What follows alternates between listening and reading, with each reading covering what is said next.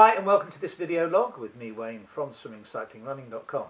This week's log has been prompted by those events that classify themselves as really tough. I had a client do the Tough Mudder last weekend, and there's a thing called the Tough Guy. And it's really prompted me to think whether serious athletes should really be doing these things, or these things should be set up as an individual item on their own. But before I start talking about it, here's a little video that explains what these type of things are like.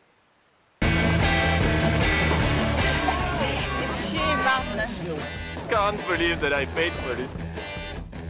No one in the whole of ToughGuys 22 years has ever one tough guy and arrived first over the line.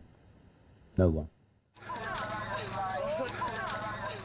Tough guy is too tough for everyone.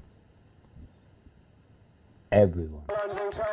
Yeah, he always makes some excuse with the obstacles. No one's ever actually beat him or what he classes as the course. People sometimes win on the day, but no one's ever, in the 20 odd years of it running, ever beat his course. In 1992, it was a cold year. In here, where we're sitting, was the St. John's Rescue Centre. There were 640 hypothermias, all wrapped up, all in serious trouble. And there were a line of broken legs waiting to go to hospital, all moping and crying. And then came the sixth broken leg and crying and moaning, and the St. John's lady said to him, "Shut up, that won't kill you, but this will, hypothermia here. Wait your turn to go to the hospital." So I was in there, so I went out on the microphone and I shouted, "I'm looking for the seventh broken leg!"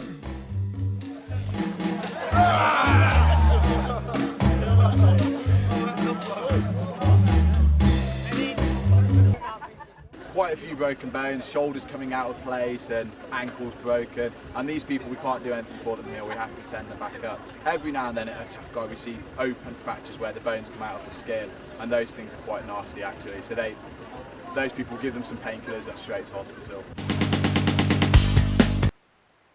Okay, so there you have it. We have an event that actually calls for the seventh broken leg.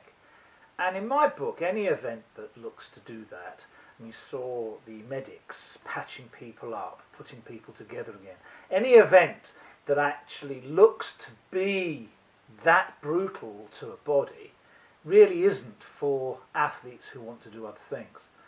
You've got to accept, if you go into something like that, that if you're going to get injured, your season's over before it's begun. And most of these things happen in muddy conditions, wintry conditions. The Tough Guy Challenge normally happens when there's frost and snow on the ground and you're going into freezing cold water. Now the actual event themselves aren't that tough.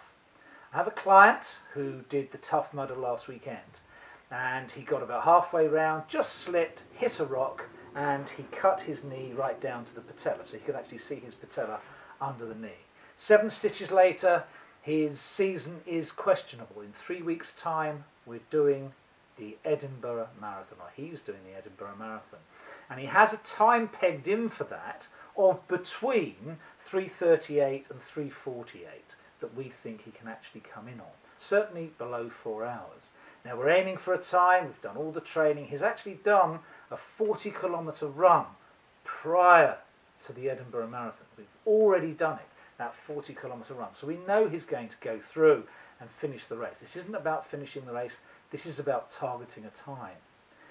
Does the Tough Mudder, slips, hits himself, and he's now got to spend 2 weeks not running at all. And then the week after, we've got the Edinburgh Marathon. That has virtually or potentially ruined his target race, because by that time he may not be moving that knee very well. So before you think about doing these type of events, if you've a season planned out, think to yourself, if I get injured there, how long can I spend out of training before I come back in and still hit my major targets at the end of the year?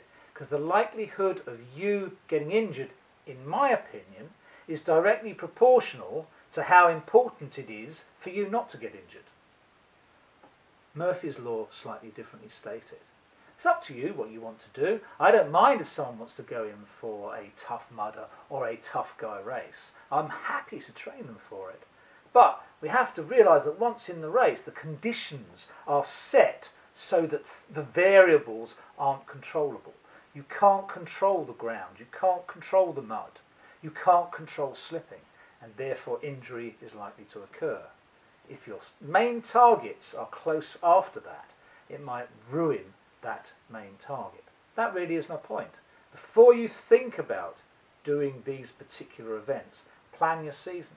You might even prefer to have these events as the sole target for your season, and that might make sense. Okay, that's my thought for this week. All those tough events might be worth it, they may be great fun, but you have to accept that the likelihood of injury is much higher than in a normal event, such as a running event, swimming event, or a triathlon. Okay, thanks very much. We should be able to get some good training in, and we're racing already. I'm racing this weekend at the Hatch End Triathlon. If you're there, I'll see you. Otherwise, I'll see you next week. Keep well.